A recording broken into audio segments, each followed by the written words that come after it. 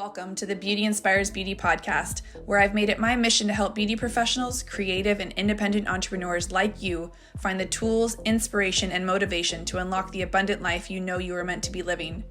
Each week, you can expect epic guests and solo episodes sharing every tool, trick, and skill set I've learned on my own 20-year journey to grow and scale your life and business. I'm your host, Jessica Burgio, former salon owner turned beauty business mentor and crazy multi-passionate entrepreneur, here to share incredible stories and insight about how others got started and the unconventional path they took to get there. My goal is to inspire you to reach your business and life goals with confidence, to achieve your dream life through creating non-negotiables and boundaries without sacrificing your personal well-being and relationships. I know firsthand how real burnout can be, so if you're ready to stop the overwhelm and get clear and focused, you're in the right place, babe. Let's jump right in. Brains switching lanes all of a sudden. I'm going crazy. Welcome back to the Beauty Inspires Beauty podcast. I'm your host, Jessica Burgio, and I have my dear friend, Vicki, on today to the podcast to share some soulful stories of where she started and where she's at now, and our journey to being reconnected and the new adventure that we're both on together. Vicki, welcome to the show. Thanks, Jessica. Thanks for having me. I'm super excited. I know, me too. When we talked about having you on here, I was like, yes, this is, I just said this to her before I hit record. I want to start having more conversations around, the real journey that it took people to get where they are and the evolution of, what their life and their business looks like and, what you're up to now. So I always like to give people free reign on where to start, but you are in Costa Rica. That is where I want to start. That's where I'd love to be right now. So talk us a little bit through how you guys ended up in Costa Rica and what life kind of looked like before you got there. Oh my gosh, there's so much, but Costa Rica is absolutely amazing. Right now, we just entered, a couple weeks ago, entered our rainy season. It's beautiful blue sky out right now. It rains in the afternoon. It's green. It's lush. I'm super blessed, Jess. I'm super blessed that I have a husband that loves adventure, but we came down here like a little over 4 years ago and visited a friend. They were staying here for a year just to see, if they wanted to move here. And we're like, hey, we want to come visit. So after 7 days on a 10-day vacation, we bought our house. Like we just knew Mark wanted to retire. And so that was in the process. But we just knew that I wanted to be by the beach.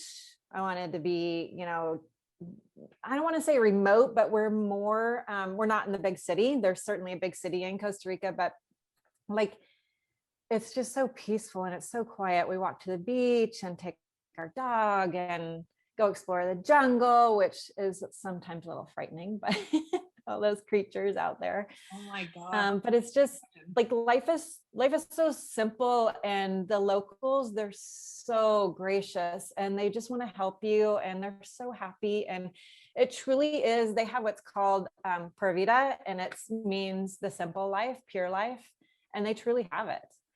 And so we bought our house, and last year, COVID, when it started, we were supposed to be moving here. So we spent a little more time in the States, and then finally got here in October, and we're here full time.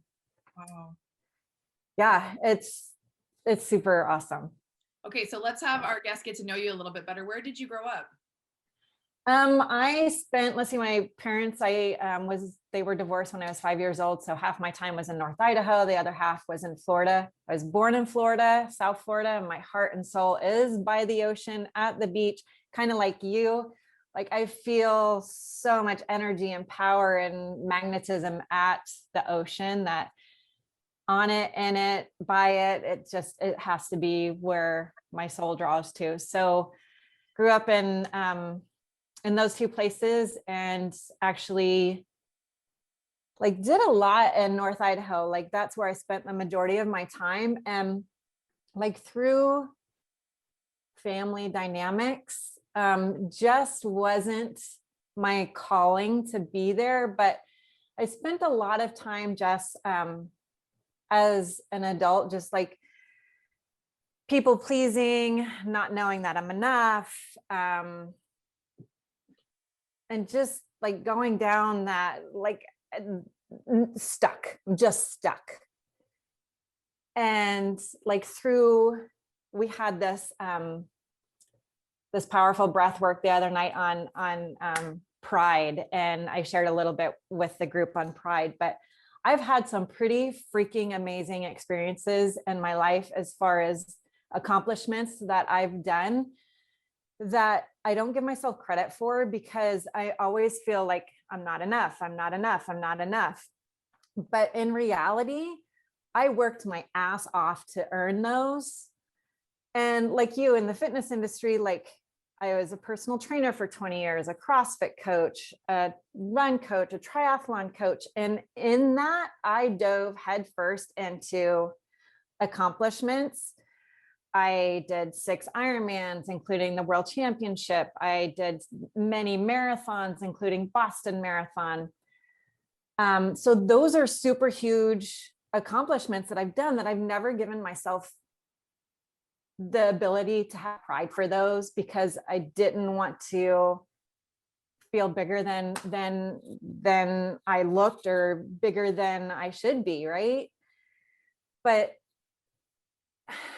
I mean, I also, so through CrossFit and stuff, I became a Olympic weightlifting. I came into Olympic weightlifting, and I competed in Southern California and went to the American Open in Las Vegas. And actually I won my age group and my weight class. And through all of that, like it was for other people to acknowledge me. Like I was constantly looking for the approval of others, when in reality, the other night, I honored and I allowed myself to feel that I fucking did the work myself. I earned it, and it's okay.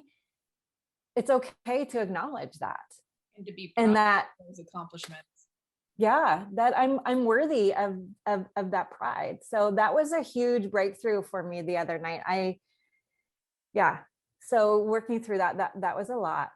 That makes me happy to hear that you had a moment and a breakthrough like that. And I think in doing the work that we've started to do, allows you're creating that space for somebody else. So you have to first be able to do it also for yourself, to truly be able to do it for somebody else, because you have to be able to embody it as you're sharing, teaching, leading someone through that as well. So yeah, you knew you had to come into these moments, but I think how you feel and how you felt your whole life is very similar to how a lot of people feel and why they chase the things they chase. They think the next accomplishment will then validate or make them feel worthy of whatever it is that's been missing. And, we just learned in class the other night about how deeply rooted in ourselves, thoughts, patterns, conditioned behaviors are that we might not even have any control of, that we didn't even personally maybe even experience. And, you are all sciencey and likes all that stuff. And I'm interested in like he taught us, you don't know what you don't know. And I'm like, I did not know that. Like I had heard similar things. And what we're talking about is you can have a fear or a mindset or a belief or something that maybe you never even experienced. It could be something that happened to your mother while you were pregnant with her, or even your grandmother while your mother was. So the line of how far things can carry are wild. So that may come from, yes, things that happen in your childhood, but also things that you might not even be aware of. I love how this switches sometimes. But so when you were doing all of the teaching, training, Olympic athlete, lifting, all of that, where was it that you finally shifted into? Because now when you see you, I see a different person. I don't see that like heavy grind, super in their masculine. Like I see a feminine, like you've really dropped into a different space in your life. Can you talk about that shift that happened and, what it was that got you from there to where you are now? I love this question. Thank you for asking it. To just back up a little bit, Mark and I met in North Idaho and we went on an adventure. I always wanted to live on a boat. And so we moved to California and lived on a boat in Oceanside, California. And that honestly is where I started to feel that shift in myself. I was an empty nester at 45. My only daughter moved and she started her own journey, which I'm super proud of. But in that time, I realized that like, who am I? I've spent so many years in service to her, to others, and through whether it was work or her partner stuff, it was always for somebody else. And it was one day out, well, not one day, because we went out many times, but taking the boat out of the harbor and into the ocean, I sat on the bow of the boat and I just sat there, and the waves were washing over, and all of a sudden there were pods of hundreds of dolphins around the bow of the boat, and they were porpoising in the wake. And I just noticed that moment of the sound of them, the sight of them frolicking and playing, and they were genuinely joyful. And it was in that moment, Jess, that I realized that this is how I want to be. Like, this is where, whether it's in the mountains or on the ocean, but this is how I want to feel, like so much connected intuitively within my soul. And it just lit me up that I have to follow this. So at that point, like, it was ebb and flow back and forth between the masculine and feminine, like we talked about, like, okay, what can I do next? What can I do next? Okay, let's get this accomplishment, but yet keep coming back to what lights my soul on fire. And honestly, it came to the point where I was super close with my dad my whole entire life. And 2 years ago, he passed away of COPD and emphysema, and it was gut wrenching. Anybody that's lost a parent or someone, I mean, it just, for me, it was more than I acknowledged though at the time. Just, it was truly like, okay, I can deal with this. Here's the masculine. Let's check off the list. Let's do all the things. Let's support all the other people. But in the same time, it was like, what the frick happened to me? Like, I experienced this, I got to take care of this, and now let's move on. So in that time, that after my father passed away, like, I decided, okay, let's do something else. Let's train for something else. Let's get my mind off of it. And I trained for an ultra marathon. Mark and I did the Trans Rockies ultra marathon, which was 6 days, 122 miles in Colorado. So going from sea level to Colorado, like, that was huge. And just training for that and working through that and being out in nature and suffering on those days of running, like, it really made me realize that I've got to stop. I've got to stop and acknowledge what's inside of me, and I need to heal. So there are many days on the trail where I'm sobbing. Like, people are running past me and I'm sobbing, but they say that ultra marathoners do that because, or they do that sport because they're running from something or trying to heal from something. And it truly was. So it was a blessing for me to do that, go through that experience and go through it with Mark, and just connect with the mountains, connect with nature, connect with that deep rooted shit that was inside of me. And so from then it was just like this whole journey of, I've got to heal this. Do you think or running, when you were crying, you were purging some of that undealt with stuff? Because I've noticed, I mean, I'm nowhere near an ultra marathon runner, like, but when I run and I get into that state, like, I will get overcome with emotion. I feel like it comes from that place where you're pushing yourself so hard, like, stuff bubbles up because you're up here living and just getting through it. And then when you tap into that, it's just like, and you're like, why am I running and crying? Like, what the emotion is just bananas. It's kind of like breath work when you're in the middle of breath work and then something is said and you're just, it's like it unlocks and releases stuff. Mm-hmm. Absolutely. I like, there's a lot that, and it depends on, like, you, I'm sure you run by the ocean and you connect with the ocean. So that gives you all that energy, and you're just releasing and those endorphins doing the exercise, right? So it's all that energy and the knowing of, Jess, you're doing the healing work of the breath work, and we're going through this journey. And also just like, you learn to tap in. So that's what's super amazing about where we're at. Right. So what we're talking about right now, so Vicki and I reconnected recently through, both of us joined the Healing Couple in breathwork certification to become facilitators to teach breathwork. And previous to that, her and I had met at a networking event that a girlfriend of hers had put on that worked next door to me, and at my salon knew I was doing events. So by the grand universe, we met and somehow stayed connected through social media. We've kind of been cheering each other on from afar, and then found ourselves in the same room 3 weeks ago as students in this class virtually. So she's in Costa Rica now. I'm still in San Diego, and the couple that's teaching us is in Austin. So that is the power of what we're doing right now, which is connecting through social media, through Zoom, through virtual ways that didn't exist 10 years ago.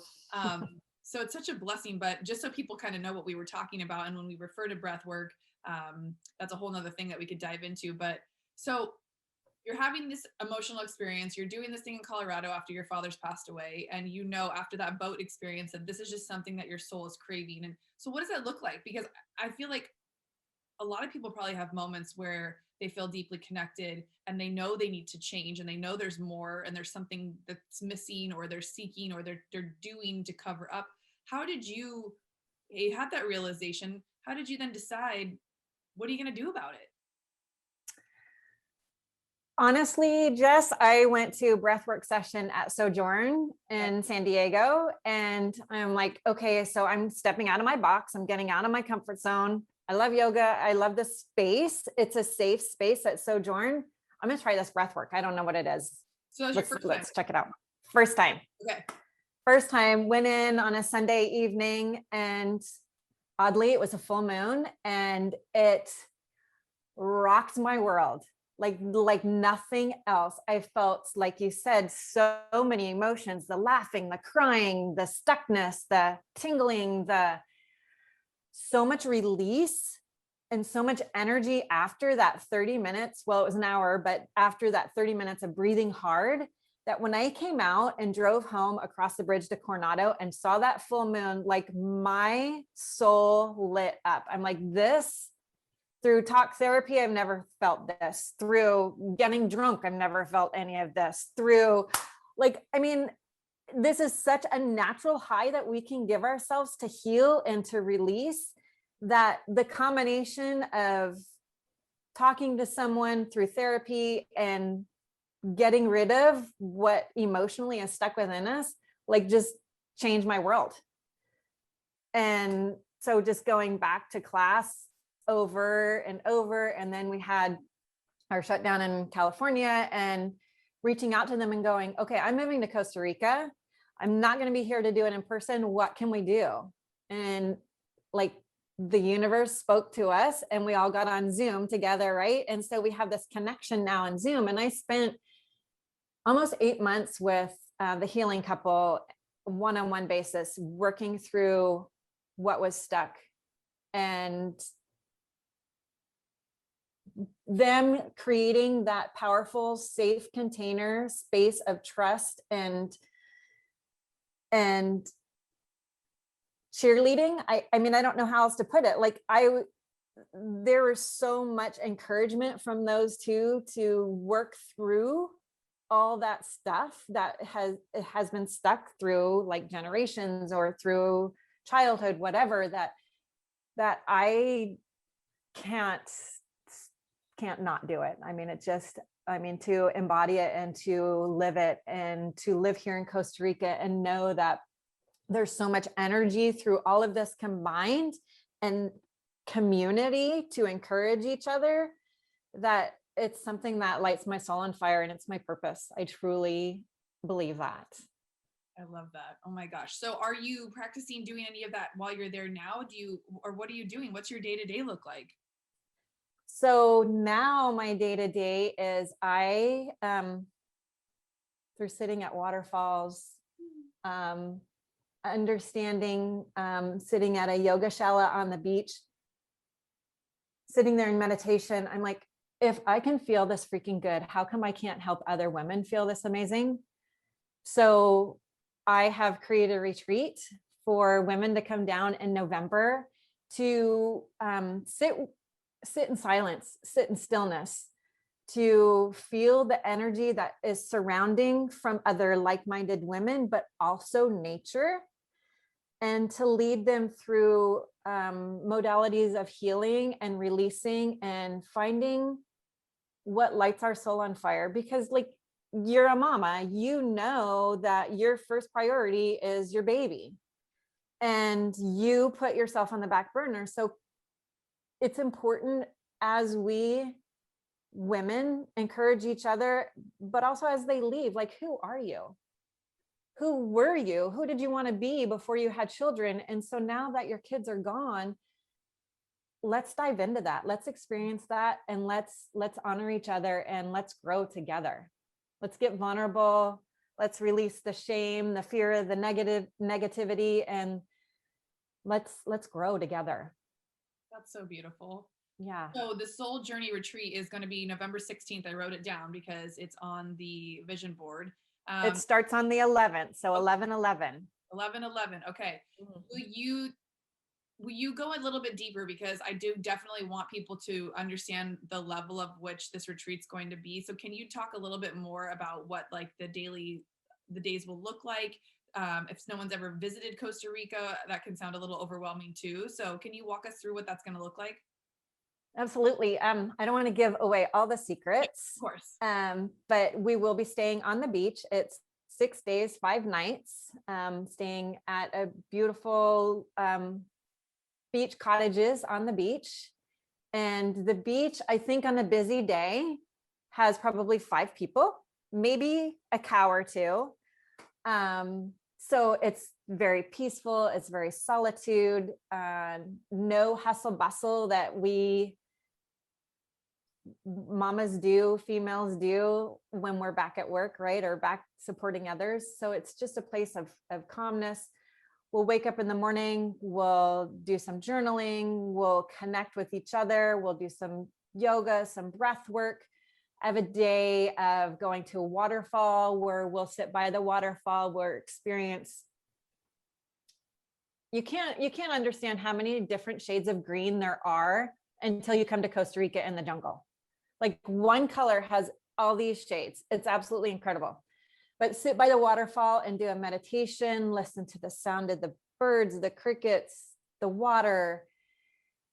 And then another day we will have a paint and sip night. So I really want to encourage the support of other women and other local women, Jess. So I've connected with a few down here that one of them, she's an artist and she does amazing painting. So she's going to come and do a paint and sip night with us. So we'll sit by the ocean at the beach, we'll paint. She has, I'm not going to spoil the design, but she has something in mind. And just tap into our inner feminine goddess that's within us, within this community of like-minded women, and rise each other up through artistic creativity. Whether we have none, I can't paint, but I mean, so what? There's no right or wrong, right? So her spirit is beautiful. She's just a light. I love being around her. And then November is Tortuga season around here. So the turtles should be coming in, laying eggs. They should be hatching. So I'm praying that one evening I have her name's Alejandra. She's a naturalist here in Costa Rica. She does guided tours in nature. So she's going to take us on a beach walk, and praying that we see some tortugas. And that will be the majority of our doing. The rest of the time is breath work, meditation, journaling, sitting in silence, and supporting one another. That sounds like the kind of vacation experience that I need. And I know if I'm craving something like that, like I always like to know details, you know what I mean? Because I think when things seem a little intimidating, like going into another country and then spending that much time away from the things you know you're supposed to be doing, and it's like a lot of people can feel guilty for going to do those things just for themselves. So this is the whole point, is like not getting to a point where Vicki was, and quite honestly where I was too for a small while.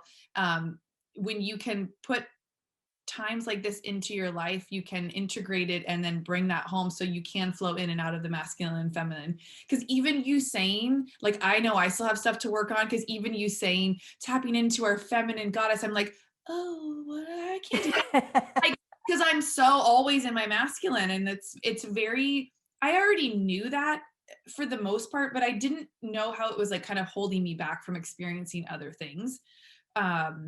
Like being able to tap more and get into my body rather than always in my head. So I feel like for anyone suffering or dealing or trying to force life on their own, like being able to tap back into yourself and experience a safe space where you can, for one, just be. So you can show up however you are. There's no expectation. If breathwork probably doesn't feel right for you that night, you can excuse yourself. If you don't want to participate in the yoga, you can probably excuse yourself.